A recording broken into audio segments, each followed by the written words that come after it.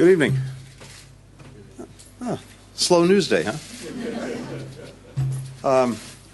I want to begin by expressing my gratitude to Ambassador Burns, to our entire Mission China, with whom I've had an opportunity to spend time over the past couple of days.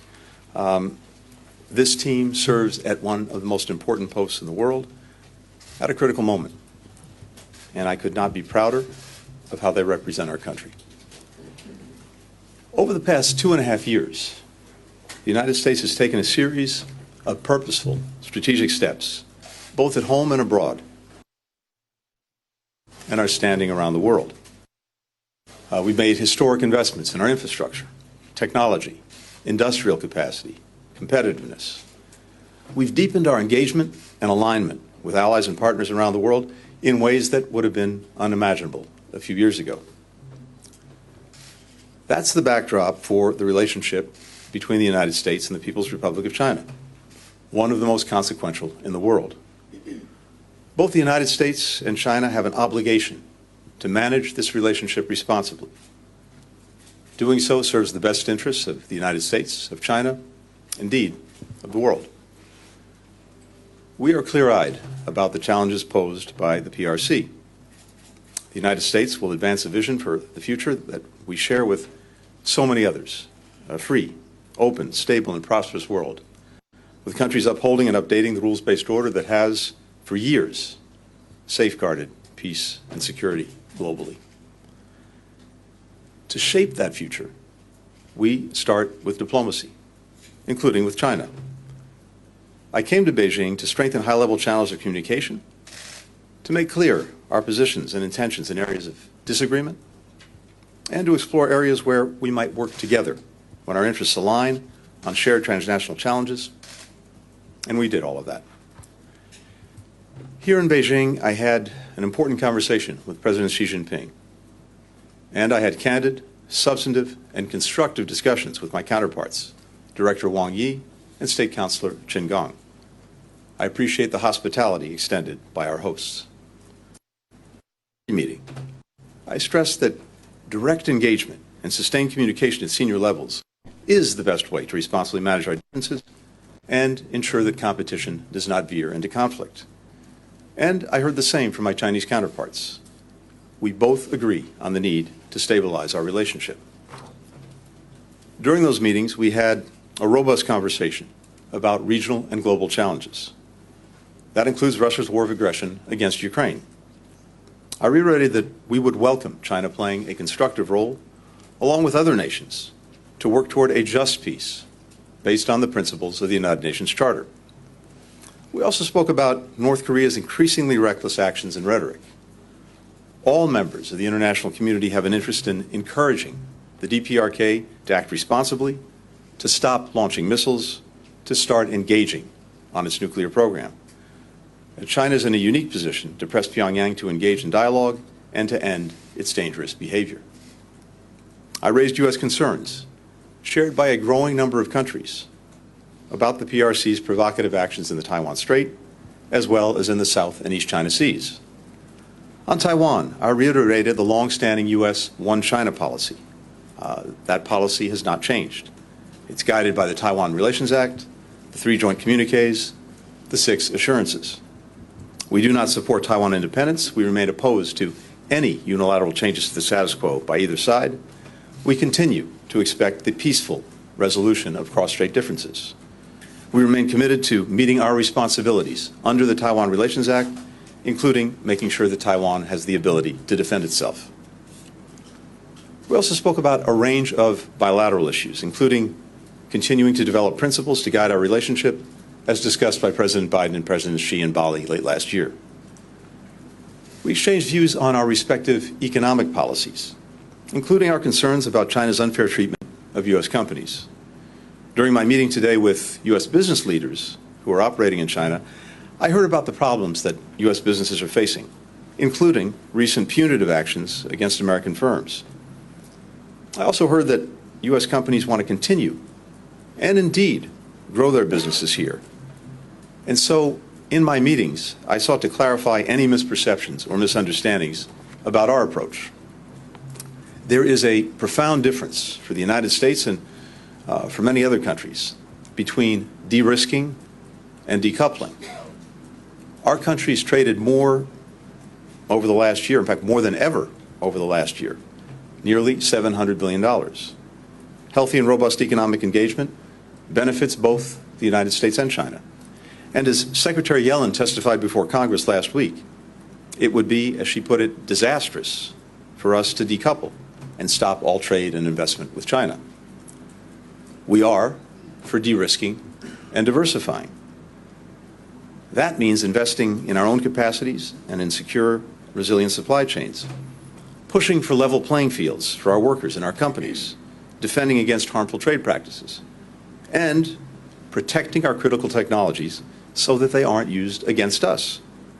I made clear that we'll continue to take targeted actions that are necessary to protect U.S. national security. In my meetings, I also discussed human rights. The United States and the international community remain deeply concerned about PRC human rights violations, including in Xinjiang, in Tibet, in Hong Kong. I also specifically raised wrongfully detained U.S. citizens and those facing exit bans. There is no higher priority for me than the safety and well-being of U.S. citizens overseas, and I'll continue to work intensively to secure their release and their safe return home. As we work to address our differences, the United States is prepared to cooperate with China in areas where we have mutual interests, including climate, macroeconomic stability, public health, food security, counter-narcotics. On food security, we believe China can play a key role in alleviating global food insecurity. I underscored the importance of supporting a long-term expansion of the Black Sea Grain Initiative, which has facilitated the export of almost 32 million tons of grain from Ukraine, with approximately 18 million tons going to developing countries. A long-term expansion is critical for avoiding food shortages in some of the poorest, most food insecure countries in the world, as well as price surges. I raised as a priority the issue of synthetic opioids and fentanyl, a crisis in the United States. Fentanyl is the #1 killer of Americans aged 18 to 49. We need much greater cooperation on this critical issue. We agreed to explore setting up a working group or effort so that we can shut off the flow of precursor chemicals, which help fuel this crisis and a growing number of deaths. Finally, we discussed the importance of strengthening people-to-people exchanges between students, scholars, business travelers. It benefits our citizens, our economy, and our relationship. Today, I had an opportunity to meet with an impressive group of alumni from those exchange programs. In my meetings, we discussed enhancing educational exchanges, and we committed to work to increase direct flights between our countries. Continue dialogue on these and other important issues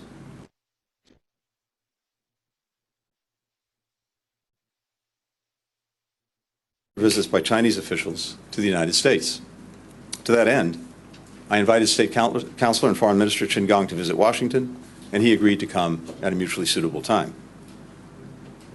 A little later this evening, I leave for London to attend the Ukraine Recovery Conference, and I'll also have an opportunity there to brief allies and partners on this visit and to continue to strengthen our alignment.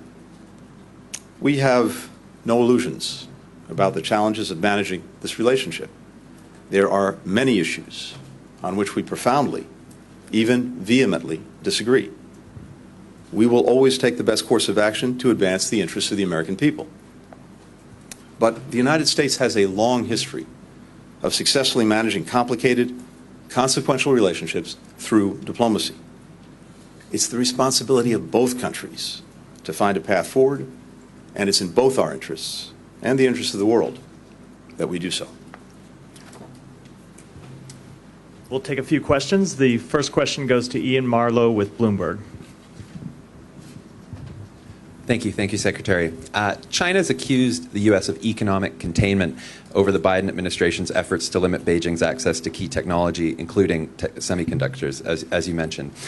Are you worried that the future U.S. moves in that area will derail the current efforts to stabilize ties with China and might force the Chinese to take retaliatory measures, perhaps in other areas of the relationship?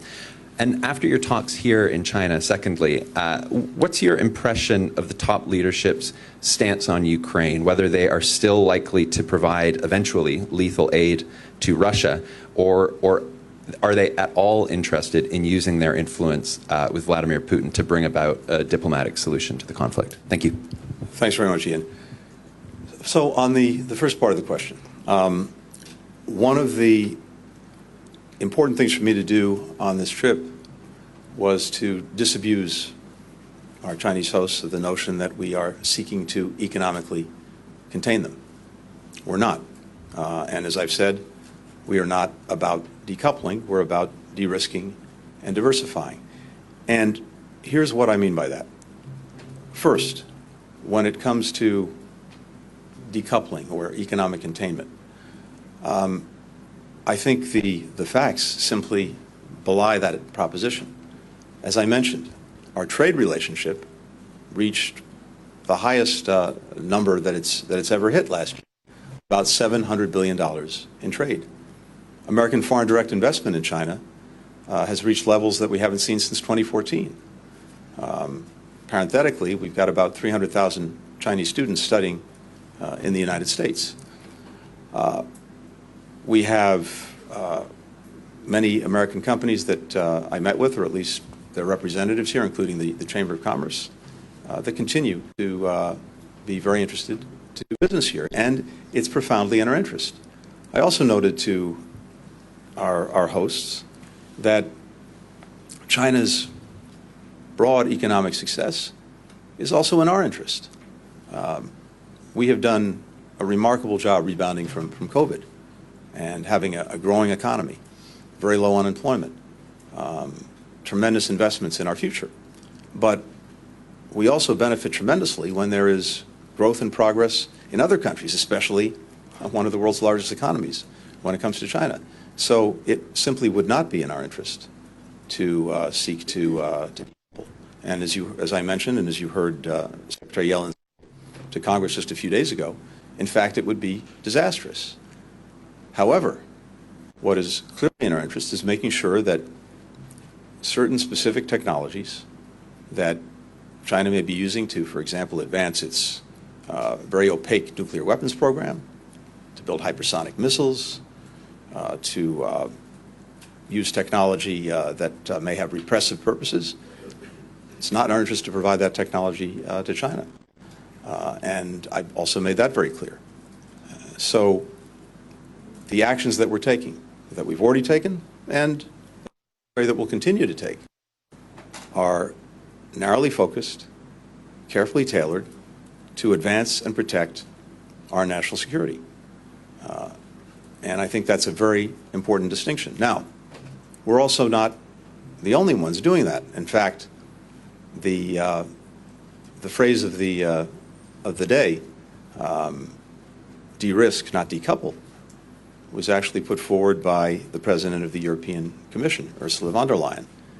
And it reflects very well the approach that many countries are taking, both because of the importance of sustaining economic relations, trade and investment with China, but also because of concerns about some of the things that China is doing with the technology that's getting to them. So I spent some time making sure that we were very clear about what we're doing as well as what we're not doing. With regard to lethal aid to Russia for use in Ukraine, we and other countries have received assurances from China that it is not and will not provide lethal assistance to Russia for use in Ukraine. We appreciate that, and we have not seen anything that contradicts that. What we do have ongoing concerns about, though, are Chinese firms, companies, that may be providing technology that Russia can use to advance its aggression in Ukraine. The Chinese government to be very vigilant about that.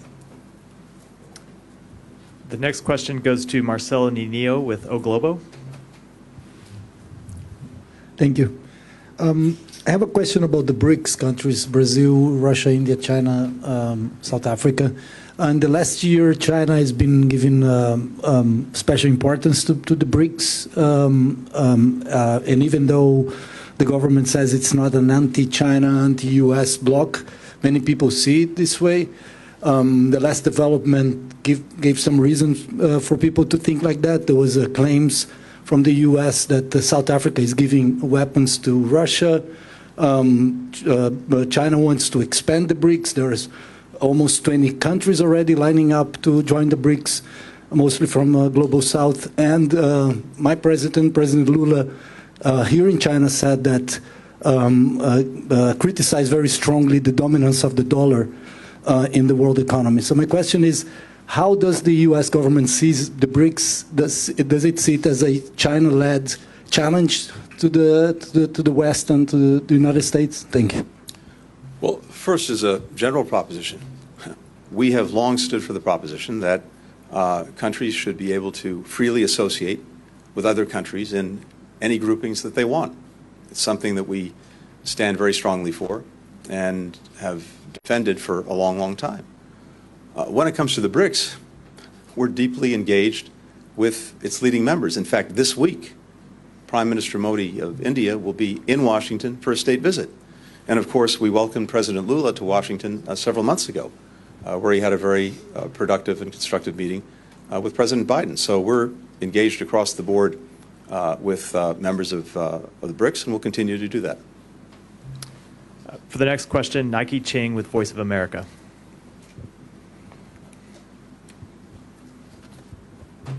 Good evening, Mr. Secretary. I hope you make more news from this news conference. On Taiwan, how was Taiwan discussed in your 35-minute meeting with Chinese President Xi Jinping? U.S. officials have said a military conflict in the Taiwan Strait will be, quote, a global concern.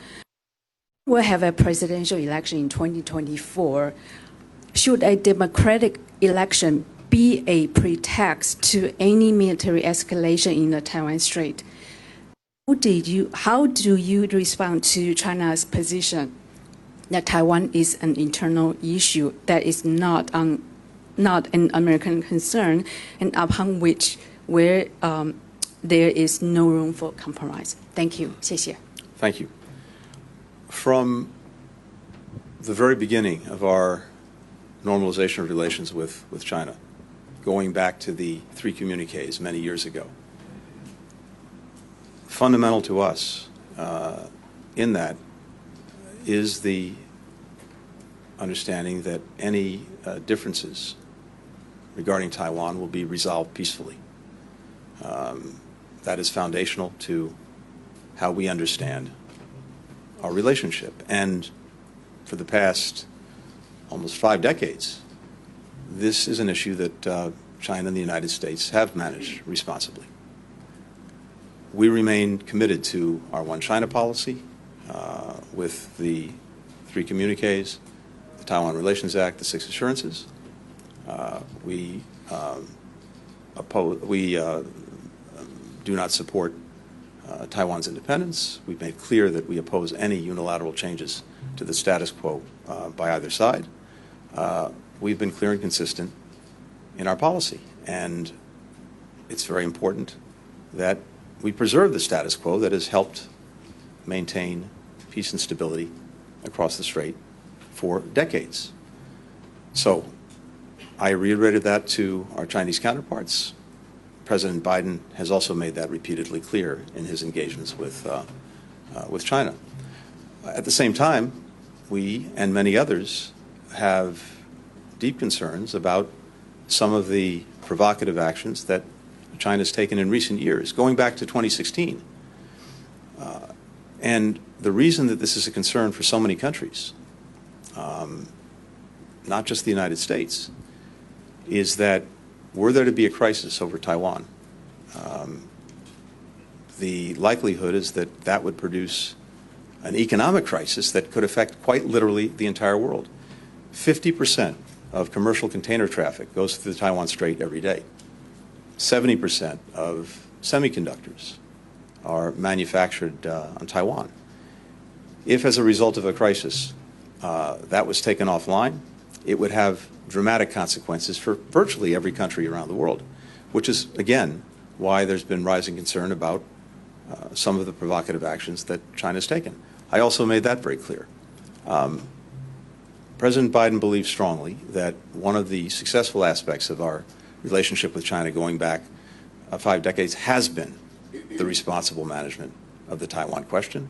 We continue to believe that that's essential. Next question goes to Ni Xiaowen with Phoenix TV. Thank you, Mr. Secretary. I'm from Phoenix TV. We know for some time now the United States have been pushing dialogue with China. But at the same time, we saw the United States has included some Chinese companies to its entity list, restricted chips exports to China, and plan to limit investment in high-tech sector. And China believes that the United States is both seeking dialogue and at the same time containing China. So I want to ask, how will U.S. address these concerns and to show sincerity, to communicate? Thank you. Well, as I noted, this was actually an important part of the conversations that we had. And as I suggested to our colleague a few minutes ago, it was important to me that we make clear the very clear difference between allegations that we're trying to contain China and decouple economically, as opposed to what we're actually doing, which is, as I've said, de-risking and also diversifying when it comes to our supply chains. As I mentioned, the economic relationship with China is vitally important, and also, when it's fair, a very positive thing for countries around the world. And at a time when countries are trying to rebound from COVID, something the United States has done very successfully, we want to see growth, we want to see success in every part of the world, including, of course, in the major economies like China. It's in our interest. But at the same time, as I said, it's not in our interest to provide technology to China that could be used against us. And at a time when it's engaged in a buildup of its nuclear weapons program in a very opaque way, when it's producing hypersonic missiles, when it's using technology for repressive purposes against its own people, how is it in our interest to provide those specific technologies to China? And other countries feel the same way. So what this is about, again, is not trying to cut off, eliminate, hinder economic relations. On the contrary, we think that they should be strengthened, but in a way that looks out for our workers, that looks out for our companies. And I heard many concerns about that today. But at the same time, we can, we will, and we must take steps necessary to protect our national security. If the shoe were on the other foot, I have no doubt that China would do exactly the same thing. And the final question goes to Kylie Atwood with CNN. Thanks, Secretary Blinken. I just want to follow up on one comment you made earlier, and then I have 2 questions in classic fashion here. You said that you have received assurances, well, you said the United States has received assurances from China that they will not provide lethal aid to Russia. Were those assurances specifically made to you today? And do you believe that is a final decision on behalf of Chinese leadership, given the U.S. has said that they are considering providing lethal aid to Russia in the past?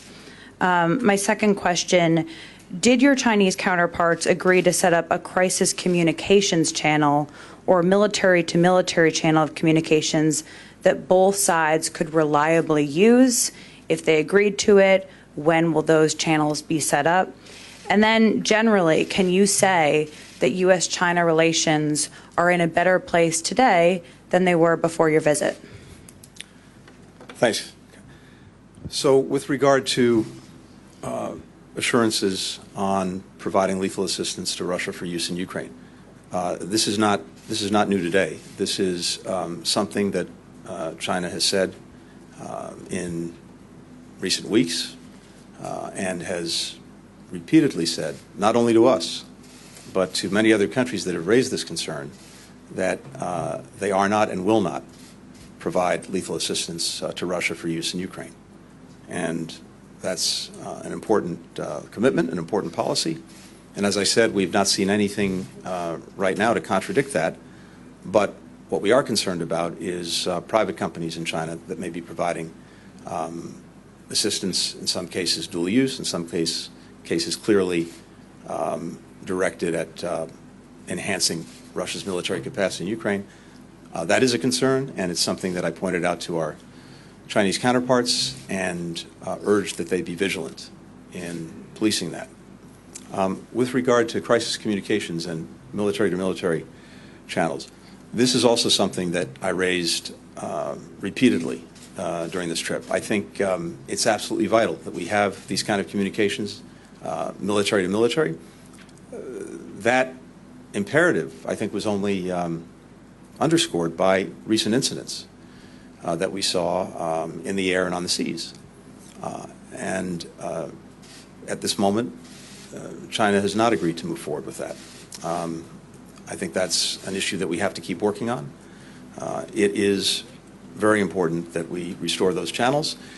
If we agree that we have a responsibility to manage this relationship responsibly, if we agree that it's in our mutual interest to make sure that the competitive aspects of the relationship don't veer into conflict, then surely we can agree and see the need for making sure that the channels of communication that we've both said are necessary to do that include military to military channels. So this is something that we're going to keep working on. As I said, there's no immediate progress, but it is a continued priority for us. Finally, with regard to the trip itself, look, it was clear coming in that the relationship was at a point of instability, and both sides recognized the need to work to stabilize it.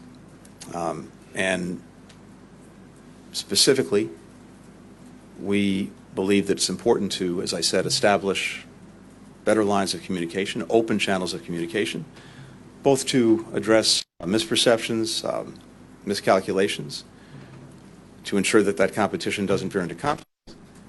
And we were able, not only today and yesterday, to move back to those kinds of communications, but also I think we can anticipate in the weeks ahead visits by other senior officials, Chinese officials coming to the United States for that purpose. Second, it was important to use this visit for purposes of stabilizing the relationship, to be able to directly raise, face-to-face, issues of concern, places where we have profound differences. Those disagreements are pretty well known. They're bilateral challenges, they're global issues, regional security issues, values, human rights. And we did, in great detail and at some length, raise them, discuss them, and that is also beneficial to make sure that we have clarity between us on these differences, clarity on intent. Finally, this was an opportunity to explore areas where we might cooperate in the interests of our own people, in the interests of people around the world, on climate, on global economic stability, on global health, on fentanyl, as I mentioned, on exchanges actually between our people. So I think in terms of those objectives that we set for this trip, establishing open communications channels, directly raising issues of concern, exploring cooperation in places where it's in our mutual interest to do so. We did all of that on this trip, but progress is hard. It takes time, and it's not the product of one visit, one trip, one conversation. My hope and expectation is we will have better communications, better engagement going forward. That's certainly not going to solve every problem between us, far from it. But it is critical to doing what we both agree is necessary, and that is responsibly managing the relationship. It's in the interest of the United States to do that. It's in the interest of China to do that. It's in the interest of the world. And I think we took a positive step in that direction over the last 2 days. Thank you. Thank you.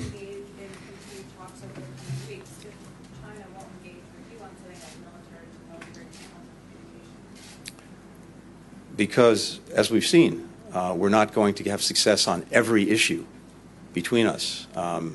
on any given day, but in a whole variety of areas. On the terms that we set for this trip, we have made progress, and we are moving forward. But again, I want to emphasize, none of this gets resolved with one visit, one trip, one conversation. It's a process, and my hope and expectation is that we're more engaged in that.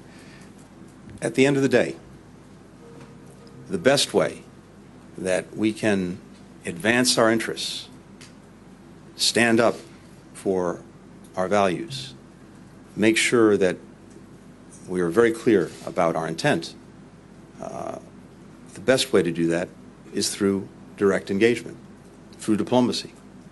And that's my responsibility. The meetings that we had, I thought, were very candid, very in-depth, and in places constructive. And in other places, we have a lot more work to do. Thank you. Thank you. Thank you. Stop the downward spiral. Is the current situation faced U.S.-China relations due to insufficient or ineffective communication?